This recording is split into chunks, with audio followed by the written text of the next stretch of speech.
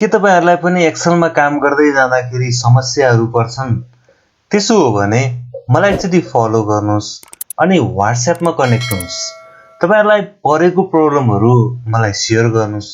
कतै तपाईहरुको प्रब्लम मेरो माध्यमबाट सोल्भ हुन सक्छ कि? मसँग अहिले एकजना साथीलाई परेको प्रब्लम छ। उहाँको प्रब्लम के थियो र त्यसलाई मैले कसरी सोल्भ गरे? एकचोटि हामी एक्सेलको स्क्रिनतिर जान्छौं है त। उहाँको रिक्वायरमेन्ट के छ भने यदि यहाँ यो रेन्जमा इनभ्यालिड भ्यालुहरु टाइप गरियो भने चाहिँ त्यो बेलामा कुनै कलरले हाइलाइट भइदियोस् न भन्ने उहाँको रिक्वायरमेन्ट छ। जस्तै यहाँनेर दीपकको 20 देखि 25 को बीचमा कुनै भ्यालु हुनुपर्छ सर्भिस इयरमा। यदि यसमा कुनै अर्को इनभ्यालिड भ्यालु भयो भने यसलाई कुनै कलरले हाइलाइट गरिदियोस्। त्यसको लागि यहाँनेर लेखिएको जुन डाटा हो त्यो चाहिँ टेक्स्ट फर्मेटमा भएको हुनाले यसलाई हामी एउटा कोलममा नम्बर फर्मेटमा निकाल्छौं। त्यसको लागि मैले लेफ्ट भन्ने फंक्सन युज गरे। टेक्स्ट यो कमा 2 ब्राकेट क्लोज। यसले दिने एन्सर टेक्स्ट फर्मेटमा हुने हुनाले यसलाई चाहिँ मैले भ्यालु भन्ने फंक्सन भित्र राखे ताकि त्यो एन्सर चाहिँ भ्यालुमा कन्भर्ट होस्। त्यस्तै गरेर यहाँनेर मलाई RIGST राइट युज गर्नु पर्यो। यसबाट मलाई राइट तिरबाट दुईवटा क्यारेक्टर चाहियो।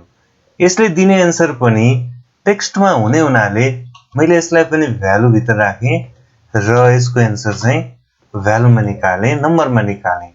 ओके, यो चाहिँ मिनिमम र म्याक्सिमम हामीले पायौं सबैजनाको। अब यहाँनेर मैले कन्डिसनल फर्मेटिङ युज गर्नुपर्ने हुन्छ।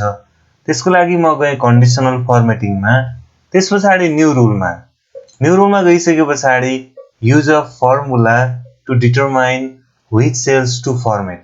एकदमै इम्पोर्टेन्ट टपिक हो यो कन्डिसनल फर्मेटिङ। यो सबैजनालाई चाहिन्छ। यहाँनेर मैले हाइलाइट गरिसकेपछि म use a formula to determine मा आए। त्यसपछि यहाँनेर मैले फर्मुला लेख्नुपर्ने हुन्छ।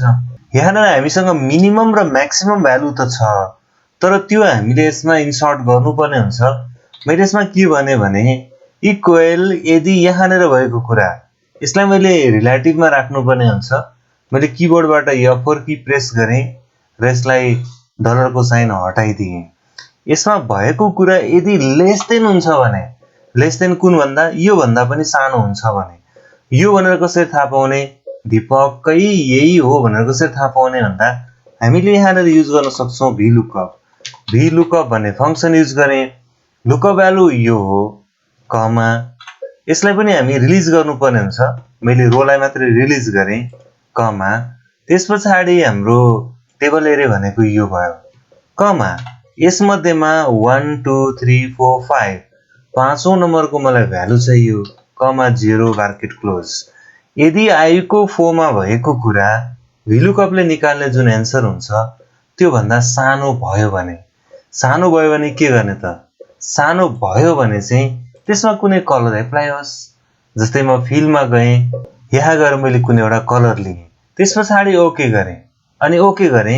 यति गरिसकेपछि यहाँनेर जब इनभ्यालिड भ्यालु आउँछ तब यसमा चाहिँ कलर हाइलाइट भयो। यदि मैले दीपकको यो भित्रको कुनै भ्यालु टाइप गरे भने, जस्तो मैले यसमा 22 टाइप गरे भने यो कलराइज हुँदैन। अब हामीले माथिको भ्यालुलाई पनि केयर गर्नुपर्ने छ। त्यो भएर म फेरि गए, यो कम्प्लिट भएको छैन, म्यानेज रुल्समा गए, यसलाई मैले डबल क्लिक गरे। त्यसपछि यसमा मैले अर्को पनि एउटा रुल राख्नुपर्ने हुन्छ। दुवै रुलले सँगै काम गरोस् भन्नको लागि मैले OR भन्ने फंक्सन युज गरे र यसलाई कपी गरेर पेस्ट गर्दा पनि हुन्थ्यो, तर मैले फेरि स्टार्ट देखि गर्छु। यदि यहाँनेर भएको कुरा यसलाई मैले रिलिज गरे, यदि यो चाहिँ ग्रेटर देन हुन्छ कुन भन्दा Vlookup, अघिको जस्तै मैले Vlookup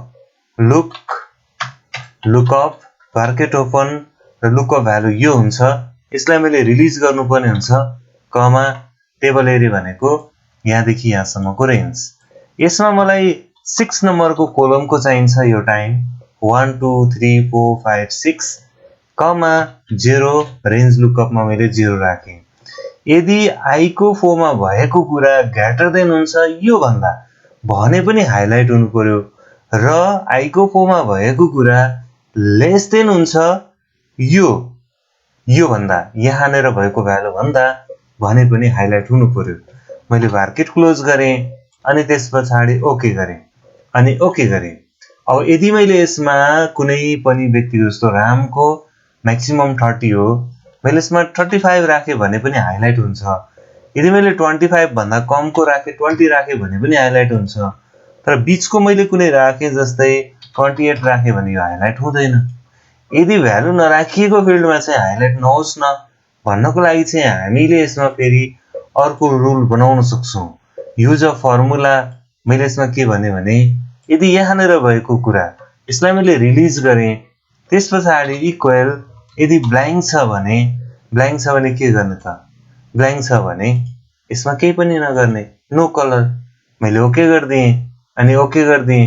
ब्ल्याङ्क छ भने चाहिँ नो कलर। जब यसमा इनभ्यालिड डाटा इन्ट्री हुन्छ, जस्तै गोपालकोमा 30 देखि 35, यसमा मैले 20 गरेँ, यसमा हाइलाइट भयो। यदि यसमा मैले 35 भन्दा माथिको इन्ट्री गरेँ, जस्तै 40 इन्ट्री गरेँ, यो पनि हाइलाइट भयो। तर यो बीचको इन्ट्री गरेँ, जस्तै मैले 34 इन्ट्री गरेँ, यो हाइलाइट भएन। यसरी चाहिँ मैले उहाँको प्रब्लमलाई सोल्भ गरेँ।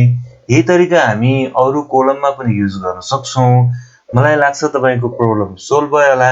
यदि सोल्भ भएको छैन भने कमेन्ट गर्नु होला र जसले पनि यो भिडियो हेरिरहनु भएको छ, यदि तपाईहरुलाई राम्रो लाग्यो भने शेयर गर्नु होला, लाइक गर्नु होला, कमेन्ट गर्नु होला र तपाईको पनि प्रब्लमहरु छन् भने कमेन्ट गर्नु होला।